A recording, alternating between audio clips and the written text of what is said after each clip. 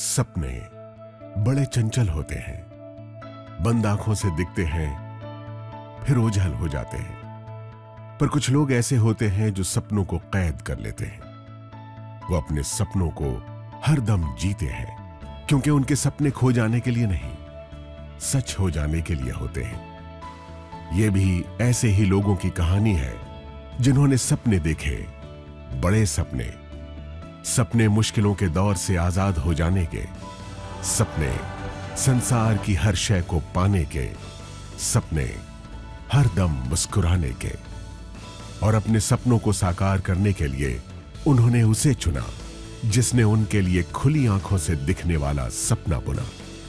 आइए अब आपको बड़े बड़े सपनों को सच कर दिखाने वालों की दास्तां सुनाते हैं। देखिए खुद उनकी जुबानी उनकी ये अद्भुत किंतु सत्य कहानी। वो बहुत सारी लिमिटेशन, सिर पे घूंघट था, मुझे एक भाषा सिर्फ हिंदी आती थी। धीमे धीमे मेरा आत्मविश्वास कम होता जा रहा था और मुझे लग रहा था बस लाइफ माइनस में जा रही है। मैं गरीबी, दुख, दर्द, अपमान, बेइज्जत सब कुछ मैं देख के आ चुका हूँ। मेरा पिताजी की लाश जलाने के लिए मेरे पास पैसा नहीं था।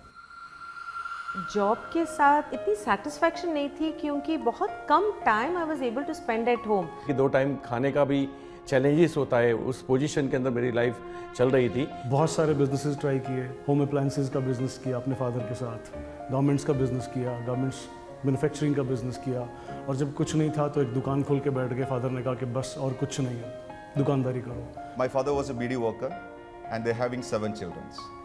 Then of course you can understand the limitations of my dreams. बहुत पैसे थे हमारे घर में, गाड़ियाँ थी, बंगलो थे, लेकिन मेरे पास मेरी अपनी इंडिपेंडेंस नहीं थी, अपनी आज़ादी नहीं थी अपने सपनों को जीने की। लगभग 22 लाख की नुकसानी करके बैठा था, खाने के वांदे थे एक्चुअली। और उसी वक्त मेरी लाइफ में मैं समझता था कि this is not our cup of T.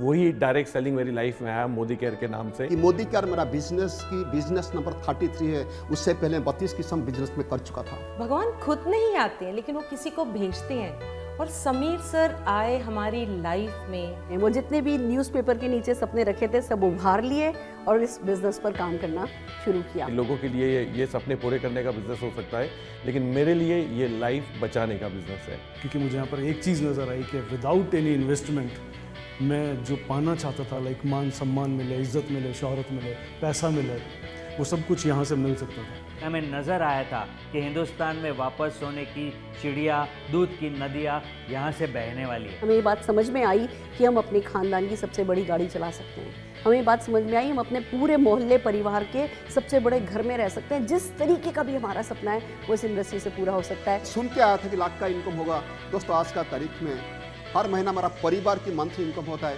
30 to 40 lakh rupees. A son of BD worker, now he's paying around 4 to 5 lakhs as GST every month. और 8 साल के अंदर लगभग more than 10 करोड़ रुपीस में अर्न कर चुका हूँ। We bought our new house, a beautiful house in the heart of Bangalore city.